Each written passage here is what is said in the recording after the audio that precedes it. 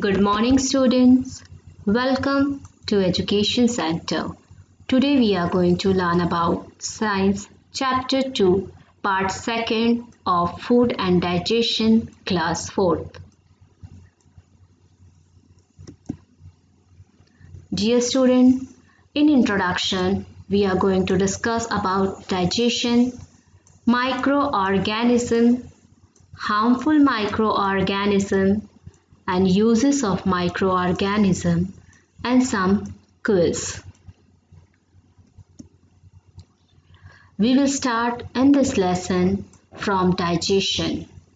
As we have discussed previously, what is digestion, what is the function of teeth. In this chapter also, we are going to study further the process of digestion.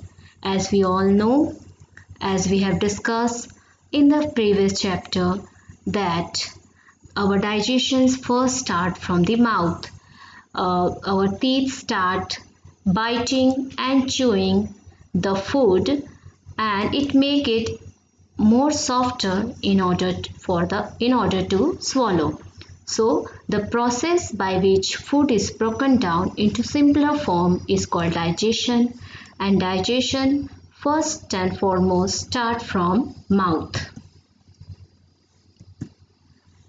Dear students, as we eat food, food is bitten and broken down into smaller pieces.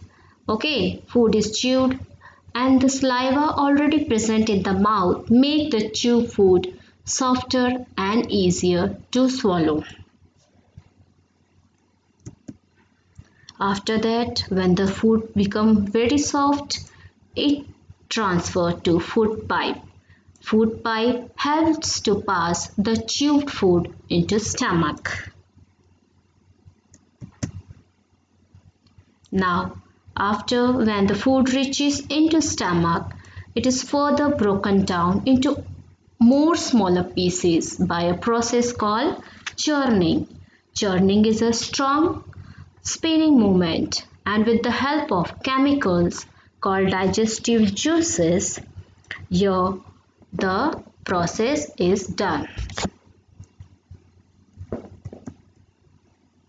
After stomach, the food is further transferred into small intestine. Here, the liver and pancreas provide some digestive juices which help for the further digestion of food in a small intestine. The nutrients from the digestive food are then absorbed through the walls of small intestine. You can see the walls of small intestine, right? Here digestion is completed in a small intestine. After that, food is transferred to large intestine. Here what happened? The large intestine collect the undigested food from the small intestine, absorb water from it and forms a semi-solid waste.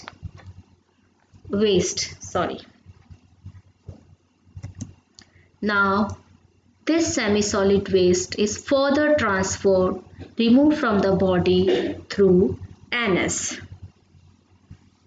So student, as we know, we have discussed a very short process of digestion, but when you will reach in higher classes, you are going to study it in detail. So once again, for a recap, let's see. First, we chew the food by the teeth in a mouth, then it becomes softer and easier to swallow, then it is transferred from the food pipe, and from the food pipe it enters into stomach. Here it is broken down into more smaller pieces by churning, and after that it reaches to small intestine.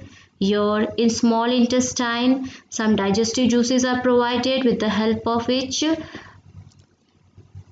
some digestive juices are provided. Then the food the undigested food is then transferred to large intestine. Here in large intestine, what happens? Water is absorbed from all this undigested food and it forms a semi-solid waste. This semi-solid waste is then removed with the help of anus. Hope you understand this very nicely. Now let's move on to microorganism. Dear students, what does this microorganism means? Micro means very tiny particles and organism means living being. So we are going to study about very tiny living beings. So microorganisms are tiny living things that cannot be seen through naked eyes. We cannot see through naked eyes. But to visualize it, we have to use an instrument called microscope. Microscope is an instrument in which some lenses are provided through which we can see tiny particles into larger size. So, see, this boy is watching through microscope. There are broadly four types of microorganism. First one is virus, fungi, protozoa and bacteria. Now, some microorganisms are harmful to us and some are useful to us. Now let us study one by one.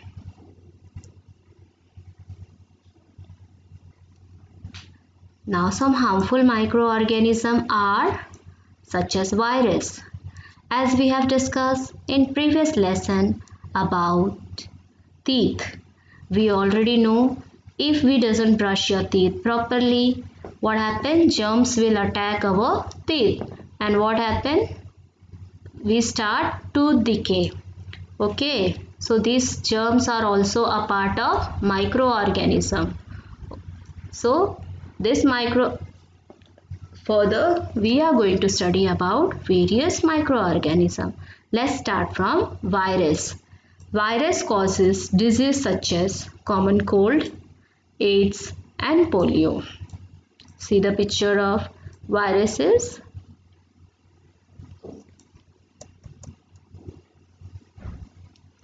Now harmful microorganism. Second, bacteria. Bacteria can cause many diseases such as typhoid. You all know what is typhoid. In that, typhoid is caused because of dirty water or dirty food. If we consume some dirty water or dirty food, then typhoid occur. Tuberculosis, that is TB, in which we just cough for a longer time. Then cholera. So such diseases are occur due to bacteria.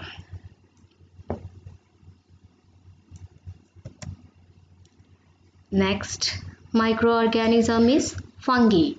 Fungi causes disease such as ringworm and dandruff. Most common disease is dandruff. You can see in many person is suffering from dandruff and ringworm too.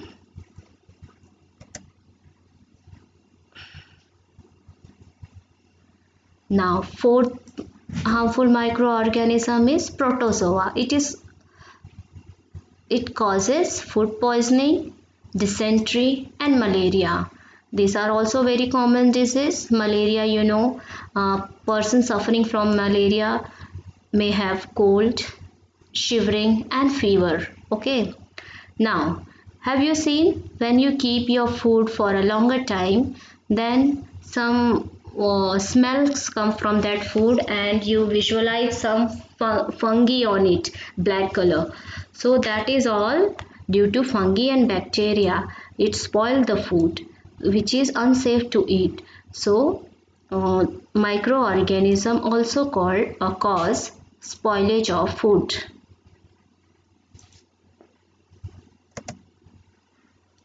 Now we have learned about the harmful microorganism. Now we can learn about the uses of microorganism. What is the use?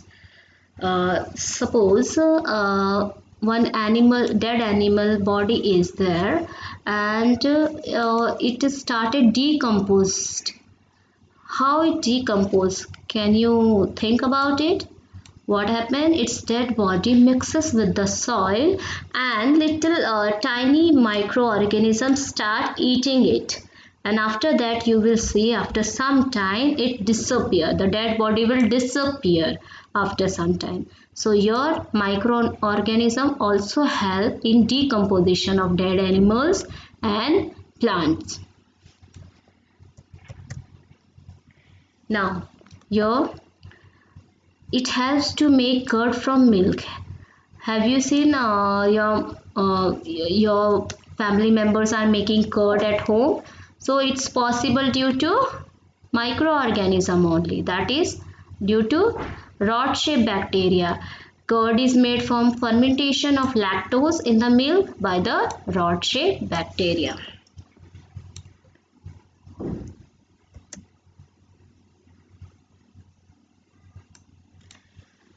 Now it is used to make food items such as bread. As you all know, breads are made of wheat flour or maida, that is refined flour. For that purpose, it can directly can't we make. For that we need some yeast. So we put yeast in that dough and we prepare a bread, and bread is softer due to the action of yeast, and that is yeast is made of a fungus.